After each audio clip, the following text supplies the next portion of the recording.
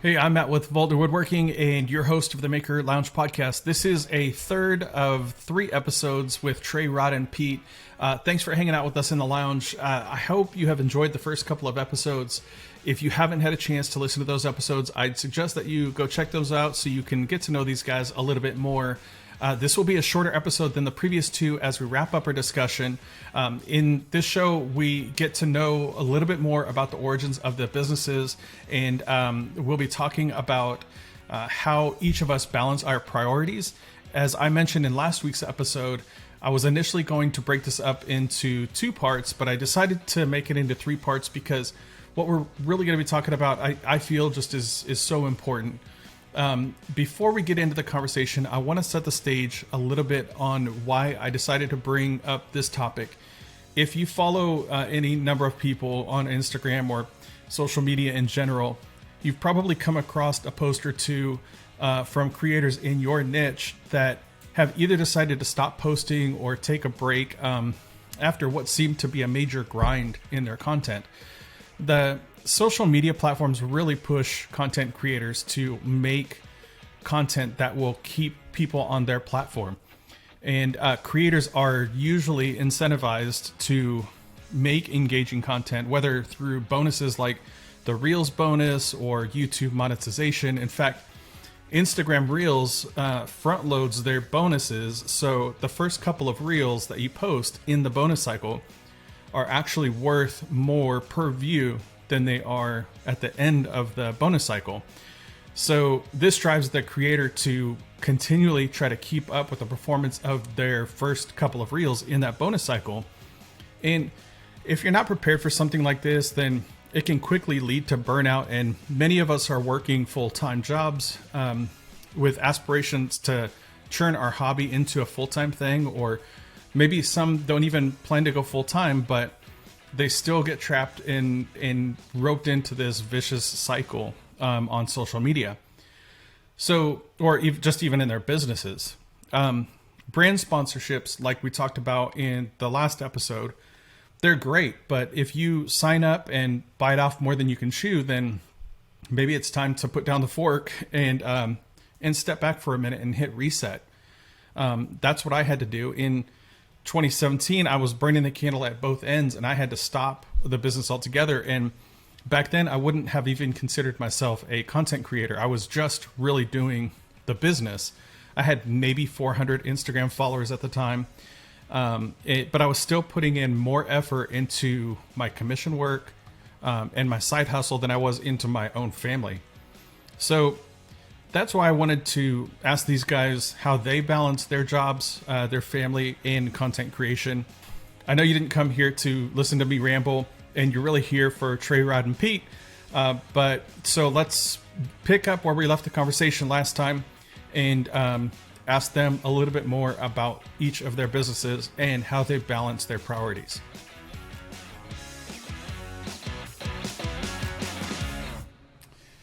But speaking of, just, launching full time, all that kind of stuff, we're all content creators. I want to know, just kind of jumping into this next segment about balancing priorities and how each of you balance your full-time, stuff, your home life balance and your content creation. Do you have like a rhythm? Do you find yourself waking up and saying like, what do I have to post today? What is like your driver kind of thing? So Rod, let me start with you.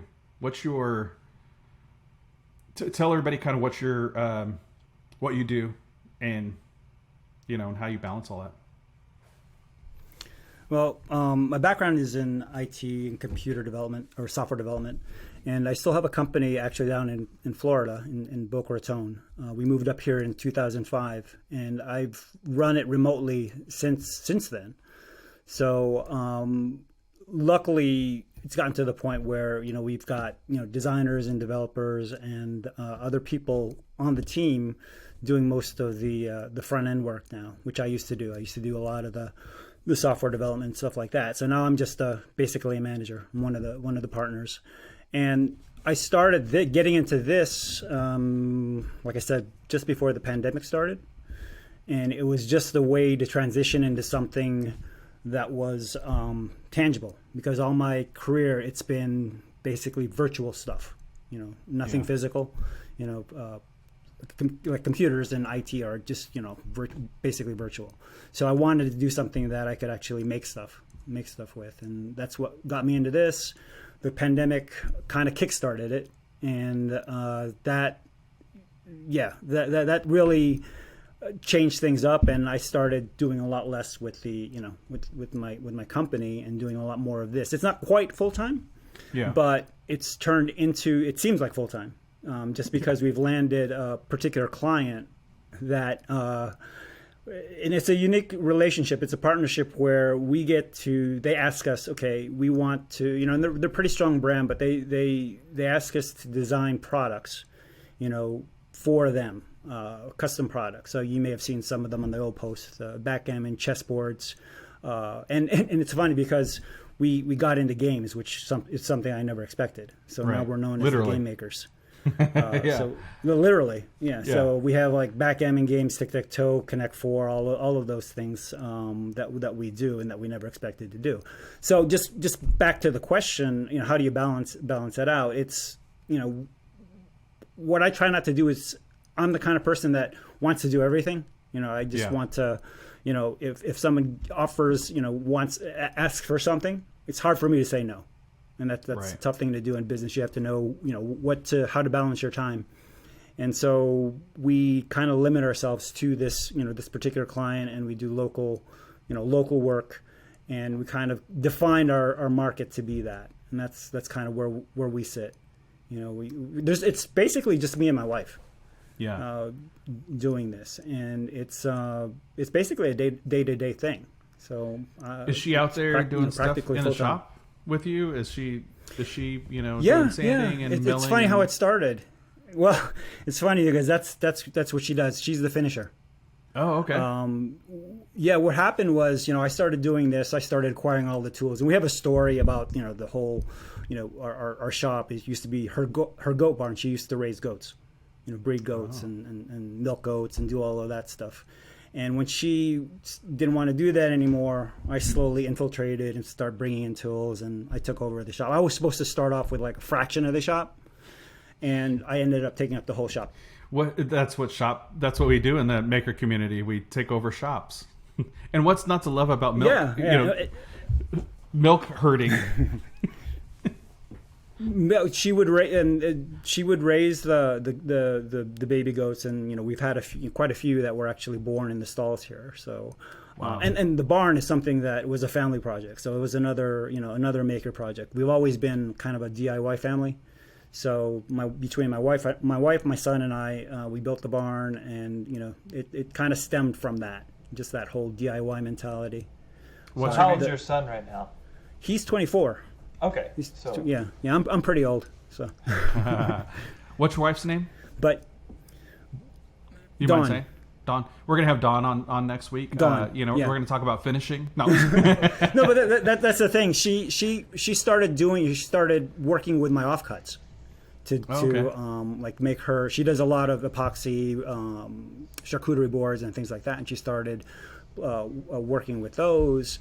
And we have a little shop here in town that we sell our stuff in, and so she started doing that and doing all of the sanding. She's responsible for all of any finish work, which I'm glad to hand over. As far as the sanding and painting and all of that. So you've got the perfect arrangement. You've got somebody to do the sanding and the finishing. I mean, that's something that we all want. That is the perfect scenario. Yeah. Yeah. Sure. Her attention to detail is definitely much better than mine, and the patience for that. So, Rod, you had an account and you had a bunch of followers. We were talking about follower counts and why they don't matter. Yeah. How many followers did you have before that happened? Well, we were on the verge of hitting 2,000 because we didn't really know what we were getting into with the whole Instagram thing, because we started the company back in 2000, and we just started I just started posting stuff online, and people started liking it, and it just grew from there. So I had actually made it a point to post one post a day, and by I think it was November, we were almost 2,000. So in a couple of years, so it was respectable. But then one morning I couldn't get it into my account, and I had gotten locked out, and the email was changed. And if you've ever tried to recover your account from Instagram, it's next to impossible. It's all bots. Oh, so awful. Yeah. So Casey Reeves just had his account taken down. He just got it back. There's another, actually quite a few different people who have had their accounts taken down recently, and brands even. Starbond got their account hacked, so they had to create a separate account. It's crazy how people can just like, what do you know if yours is a link, or you don't have to share, but that seems to be how they're getting in is like sending a link and then you click on a link or something like that. Yeah, I think that's what happened, because when I tried to log in, I noticed that the email, it was sending, the password recovery. It was going to a different, it was some Gmail account, and it was some weird account. And they make you go through these hoops where you take a picture with, basically like a lineup. You hold a number in front of you to confirm that it's you. Yeah. If you've ever as done if they it, could justify that, process. Right? Yeah, Wow. yeah. So it's like you're in a lineup. You hold the number and you say, okay. They give you a number. You write it. You have to handwrite it. You take a picture in front of the camera, and then you say, "This is my account. Please, restore it." And I think I don't know how many times I did that. Oh wow. At least 40, 50 times, and no luck. That's So crazy. I decided to just start a new one. Yeah. So how long did that process take before you actually gave up? Let's see. It was back in November is when it happened, and then I just kind of said, well, I'm going to take advantage of this and just try to get busy and see what would happen without the social media. And then it just drew me back in. Being on social media, obviously, you want to participate.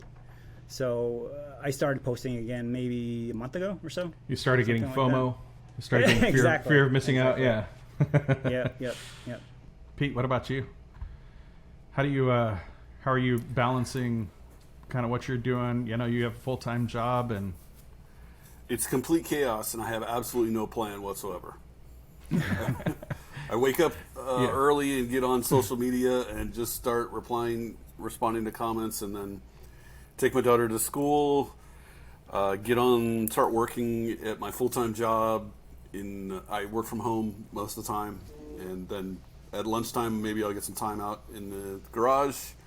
Stop working probably like 5:30. Start working on projects, doing more social media stuff, and I don't even know what I'm going to be working on tomorrow. I'll just go out there and just putter. So you around, find yourself doing a lot of stuff during the weekdays, like in the evenings. In the evenings, yeah, and then a lot on the weekends. But it's tough. It's tough to balance work and family and doing this stuff. So recycle a lot of content sometimes and repost old stuff when there's a day that I can't get out into the shop just to keep things going. How old are your kids? My daughter is 13. She's a really cool kid. Great. Cool. But she's older, so she can manage herself, which is great. Do you let her play still with the get to Legos? spend a lot of time with her, and yeah, she's kind of growing out of them though. It's just me. How many Legos would you say you have? How many pieces? I don't even want to answer that question. Hard pass. We've spent way too much money. Way too much money on Lego. Yeah. But I think doing this stuff out in the garage and doing woodworking and CNC work, that's kind of the new focus. We have a lot of Lego, but we don't mess around with it a whole lot anymore. It's mostly like making stuff, which is cool. Yeah. Yeah. So, like for content, do you think about it like as you're going to bed, what you're going to post tomorrow, or you just kind of like see what you got up Sometimes, tomorrow? Is there a certain time where you post things? I usually try to post something in the morning when I wake up, which I usually wake up around 5 or 6. But we're on West Coast time, so that's usually a good time to catch the East Coast crowd. And then I post on 4 different platforms all simultaneously, so Instagram, Facebook, TikTok, and YouTube. And it's usually the same video with some different audio. And it's just mostly like copy and paste. But But no, like, there's just really no plan. Like, whatever I was able to capture when I was working the night before. Yeah, it would be nice to be able to actually get some time to do a real YouTube video once in a while. Oh yeah, yeah. That's Just another no thing we time haven't for really that. talked about is YouTube. So Rod, I know you put some stuff up on YouTube. At least that content didn't go away. Yeah, luckily, but it's from my habit of documenting everything, and I have a lot of footage, but never the time to put it together. So I just kind of throw stuff out there. So there's no structure. So do you film in? I say film because I'm thinking more horizontal. Do you film like horizontal, like 4K, and then splice it up for your content for Instagram, TikTok, etc.? Yeah. Okay. Well, it depends. It's usually just an iPhone mostly or a GoPro. That's it. Okay. Pete, same. So CapCut works really well on the phone.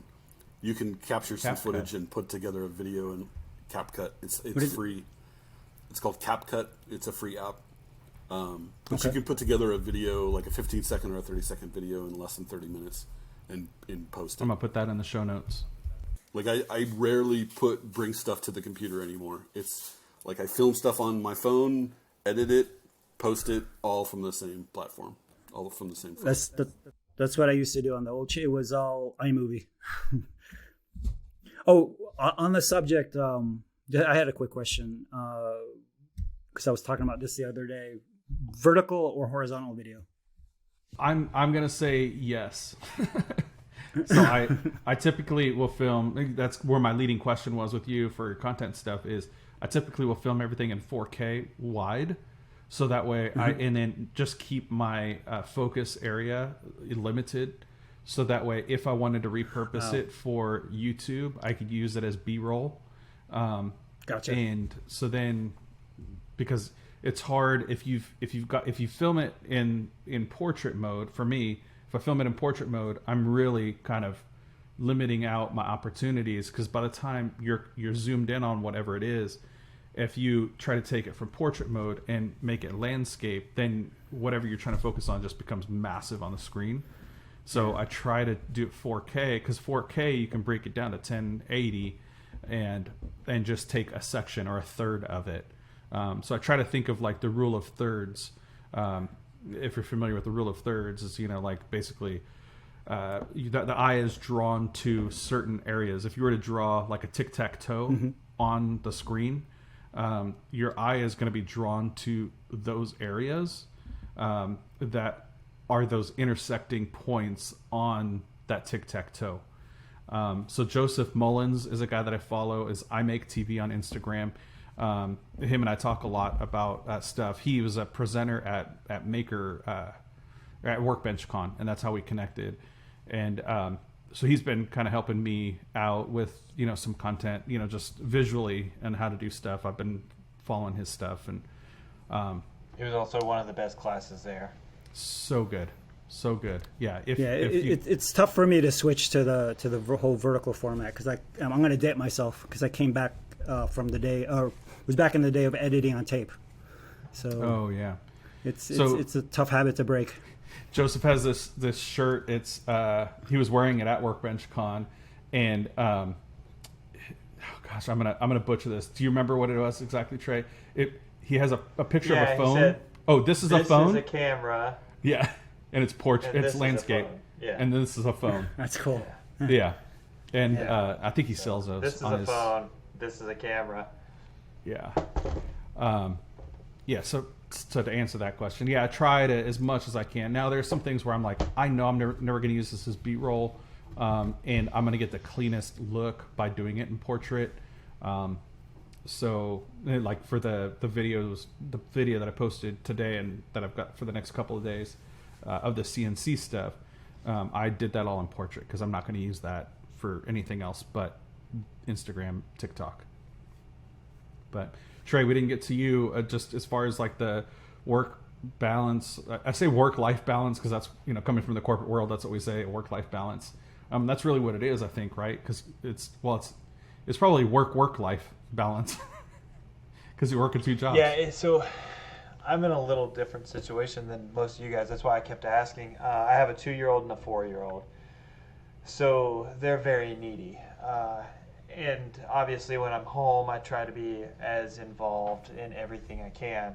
So I may not get out till the shop till 9:30, 10 o'clock, and I'm working until midnight, 1 o'clock, and then right back up at 6:30, getting them ready for school and, rolling all over again. And I work 50 hours a week, 6 days a week, every week. Like, that's just a lot, don't get me wrong, but so it depends on my mood, on how I go about it. If I want a big job, that's going to stretch out, but sometimes we all want that quick win that I can get done in a night or two. And that's where we were talking about the fiber laser. The cups really have made such a difference in my workflow, because I can do those without having to focus on being out there a long time or being up really late. Like, I can take those orders. I'm still getting the money in for the hobby job / after hours thing.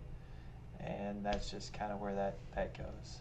You incorporate your kids a lot in your work, and just in the projects that you do. I think a lot of them are geared toward kids. You do the, when your kids were younger, you did like the pickler, things. That's what they're called, right? Pickler things. Yeah. Or even like, so I really wanted to ask you about your electronics and stuff like that. I think I'm going to have you on for another podcast so we can specifically talk about the electronics and how you incorporate that in your build. Because I think that's really exciting stuff that you do. But like, is a lot of the stuff, the content that you do, cups excluded, right? Because that's like a new thing. That's something quick, and you can just get out there and crank it out. But some of the other projects that you do, I noticed like you just showed your or did a throwback on your bookcase that you did for your daughter and stuff like that. So a lot of your content is geared, I think, toward your kids. Yeah, so I think and I think maybe a lot of us came from this is sort of a build out of necessity or a build out of want, and that's where we kind of started. So that's exactly how my hobby as a woodworker continued, or is continuing.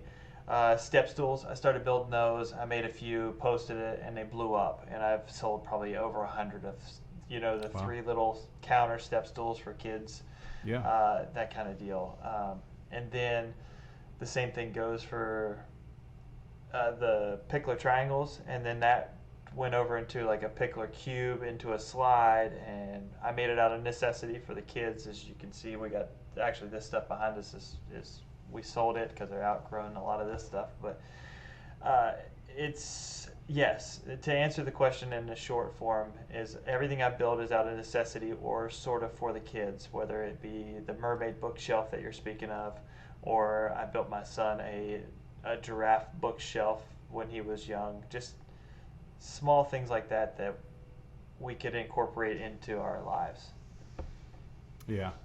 And the electronic stuff that you do, is that something that you just learned kind of growing up and doing that kind of stuff, and then incorporating that in your builds? Because I think your stuff is pretty unique. A lot of us woodworker, we build things out of wood, right, and don't incorporate a lot of that electronic type stuff. So like the arcade game type thing, Raspberry Pi, I think is the program, right? Like, that's a thing, right? I didn't just make that up. Well, Raspberry Pi is the actual board that you would program to actually function either your controls or your monitor. So I like to think of things as being functional. So granted, I'm not taking away from a piece of furniture or someone builds, because that takes a lot of time, and I respect that more than anything, because I can't do it. I should say can't do it. I just don't have the finesse that a lot of people have for a beautiful piece of furniture. So I like functional furniture, as in the Pac-Mans that you can play with or handle or hold. And that also comes down to the step stools. You can use those. The bookshelves, yes, they're furniture, but you're still functionally using it. It goes on a long way, is what I'm trying to say. Yeah. I think, like, so for me, I was doing built-ins and stuff. That's I say that I do woodworking in reverse. Most people started off with cutting boards and then ended up doing built-in, cabinetry and that type of thing. I did it the opposite way. I had never made a cutting board until probably 2 or 3 years into actually the business side of things. I was doing built-ins, like that was my, and pun fully intended, that was my niche, right? Or niche, however you say it. And so I was doing built-ins, and then I actually had some scraps, and I was at one point I was like, well, I've never made a cutting board, I'll make a cutting board.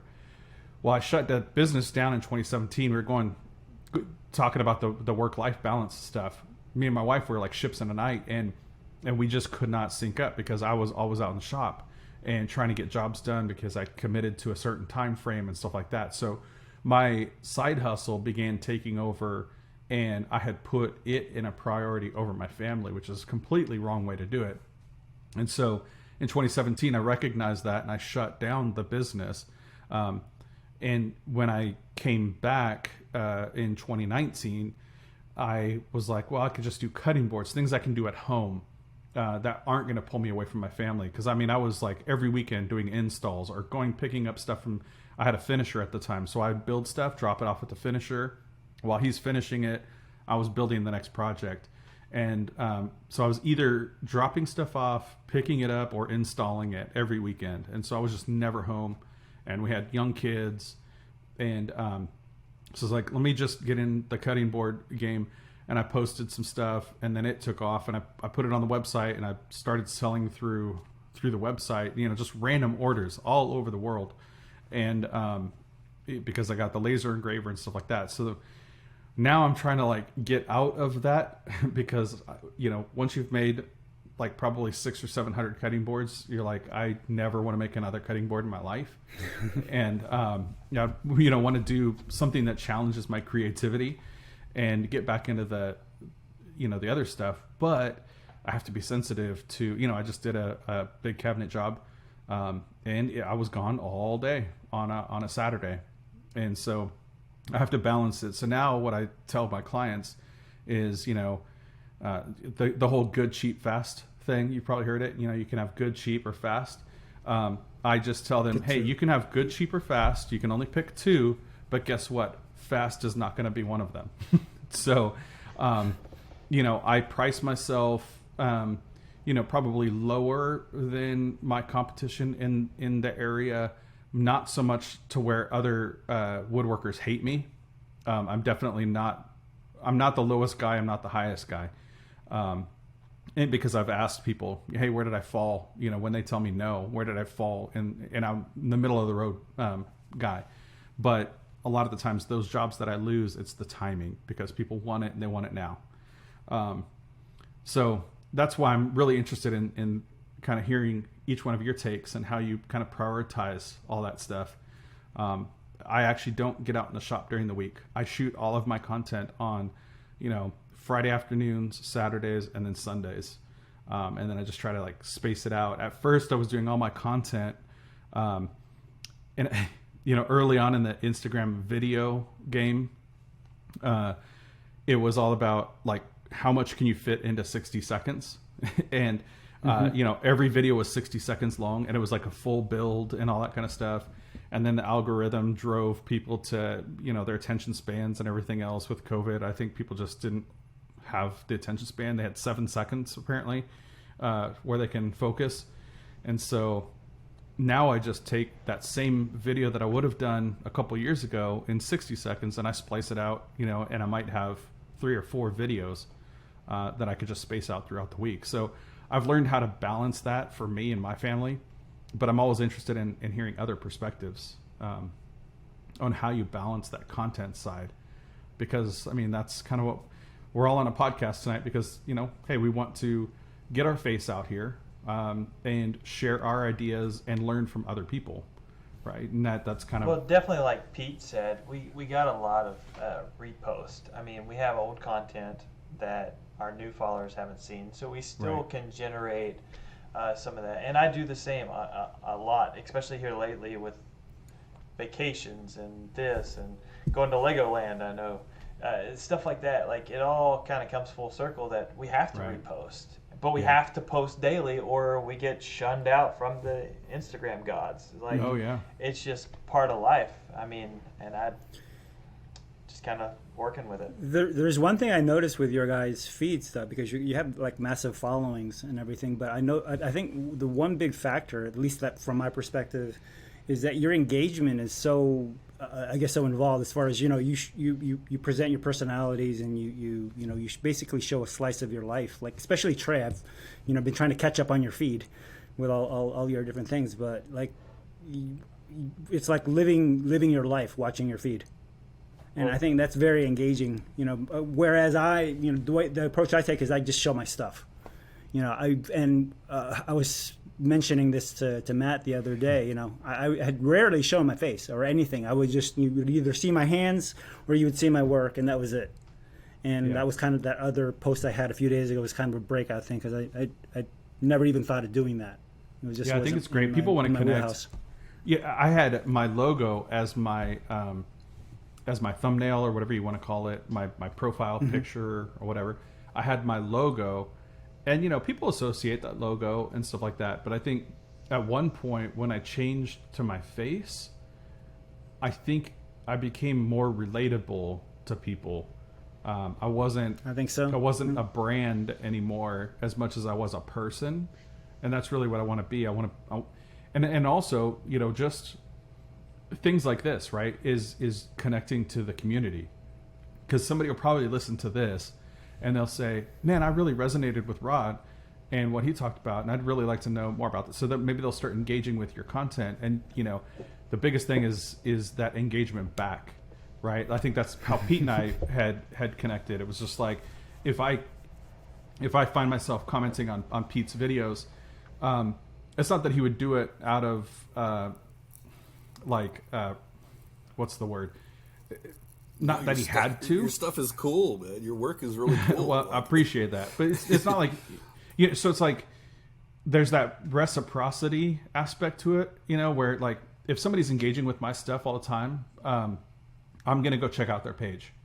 I used to get really upset when I would follow somebody and they wouldn't follow me back, and the more I would say the more followers I have now, it's Instagram isn't serving up as much of that smaller niche, smaller community that I used to. Like, I followed a few people here on the Maker Lounge podcast page, and that's all the posts that I'm seeing right now, right? And the more people you follow, the less you're going to start seeing their stuff. So I think just that engagement back and forth, it's like friends.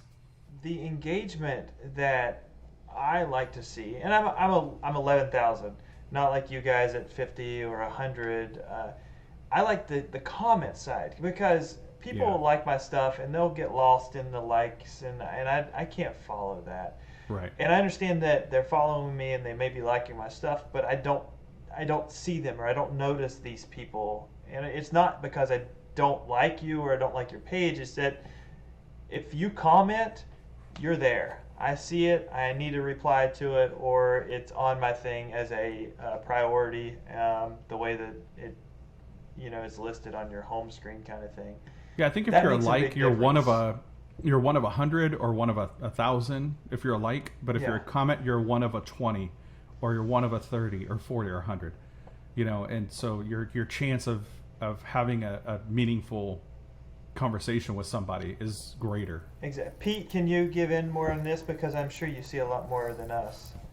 So there's a couple points, and a lot of this is my opinion. I don't know if this is fact or not, but we're going to take it as gospel. Yeah, don't take it as gospel.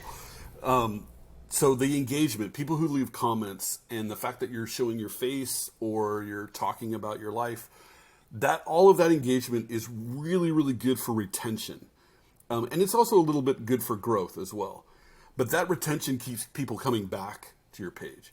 But there's a large percentage of people who are only going to see one or two posts from you over a period of time. And you have to hook those people in as fast as possible, because attention spans are really, really short. So the first second of your video is really important. So the people that you see like doing an introduction, or say, hi, my name is so-and-so, people have swiped. They're not going to listen to you. Especially on showing YouTube. something cool right away. Oh yeah. Well, no, I mean on all the platforms now. Like Yeah. Facebook's trying to catch up to TikTok and Instagram, so they're trying to get their reels going. But even on Instagram, where there's more of a community, if you start off slow, like never ever ever start with a black screen. I see people do this all the time. They're fading in from black. People have scrolled by already. Unless you hook them and say, "Hey, look at this. This is cool. This is why I made this," like really quickly, you're not going to see a lot of growth. At least that's just my opinion. But makes sense. in order to keep people, you have to have that engagement in the comments.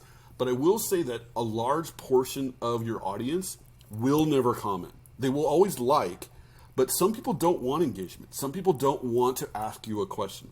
They appreciate your work and they want to look at your work, and they'll follow you. But I've had some people like follow me for the last 2 years, never ever left a comment. I have no idea who they are, and all of a sudden they'll pop up and say, "Hey, I've been following you for a really long time, and you make cool stuff. So, thank you." And you're like, "Oh, well, I didn't know you existed, but now I do, and you're awesome. Thank you so much for your kind words." Yeah. So it's kind of a balance of a lot of different things, but don't take your time. I guess is what I'm saying. Yeah, no, that's so good. And I find you- also that the logo outros and stuff, I used to do that all the time.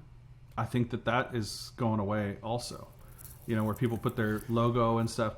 I think it's great for preventing other brands from ripping off your video, because your logo is going to be at the end or whatever. Or God, don't do it at the beginning of the video, because if every video starts with your logo, I'm just not going to watch your stuff.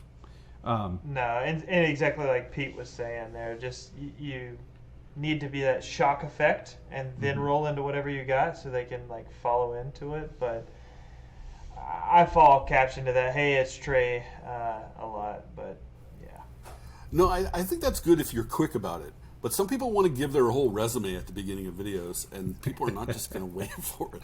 But one of my heroes on YouTube, one of the reasons why I started getting into social media, is DIY Builds. It's Brad at DIY Builds. Yeah.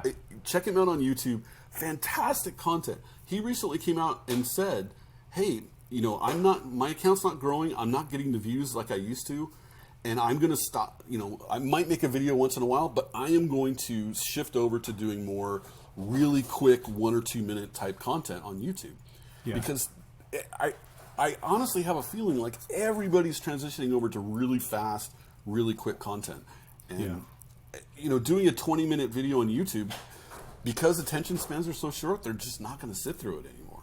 Right. But the other thing behind that, and I don't do it as much at all, but a 20-minute YouTube video is hours. I mean, I'm talking like not only the production side of things, but the editing as well. We're talking like 10 hours for a 20-minute video to be a clean video. Yeah. And people don't get that, and I agree with the aspect. So if I can drop something down and put a 2-minute YouTube video up, obviously I'm going to and get the same amount of reward back for it. Yeah.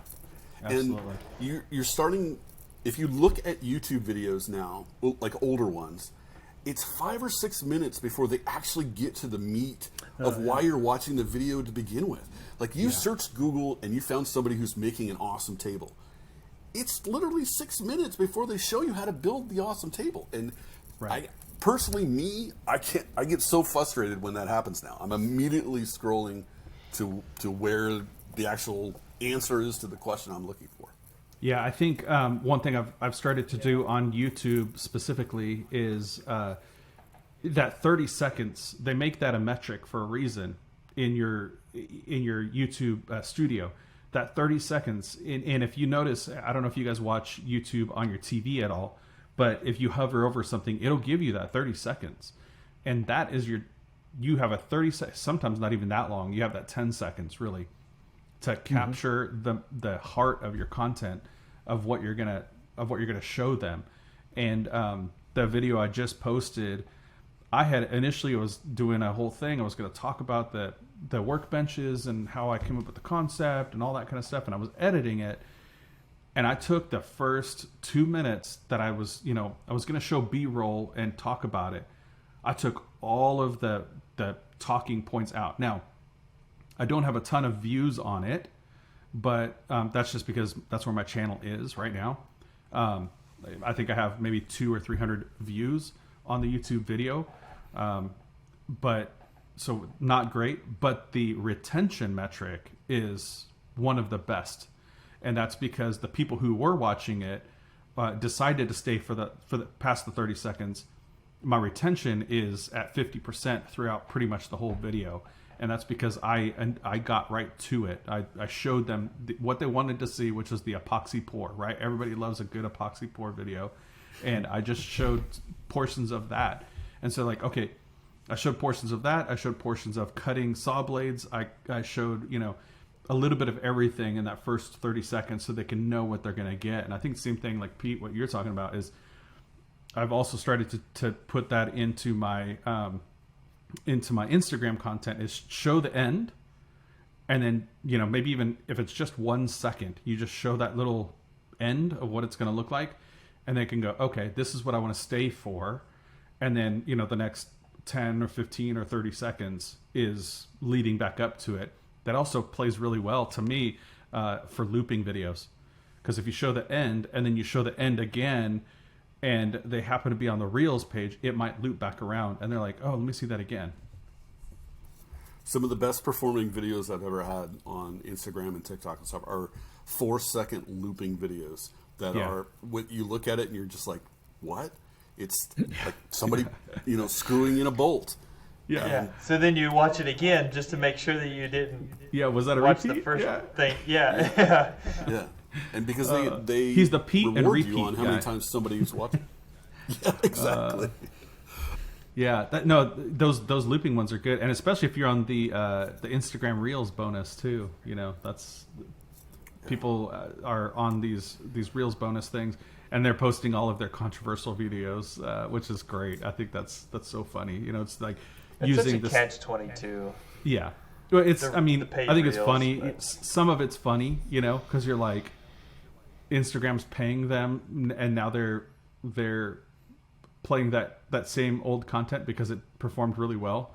There are just some where I'm like, I'm okay never seeing this again, so please don't post it. But those ones I just scroll past.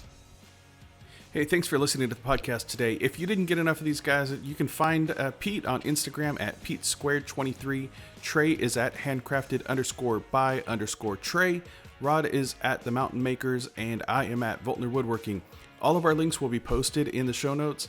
In this episode, we talked about content creation and defeating the algorithm, but we also mentioned Joseph Mullins from on Instagram. He's at iMakeTV. So I'm excited to have him on next week to talk more about content creation. We'll also be talking about video, audio, editing, and all of the things that will bring your content to the next level. It's another great episode, so you don't want to miss it. Please take a moment to give us a review of this podcast or send some ideas for future episodes by sending a DM to me on Instagram at Maker Lounge Podcast, or send an email to makerloungepodcast@gmail.com. Thanks again for tuning in, and we'll catch you in the next episode.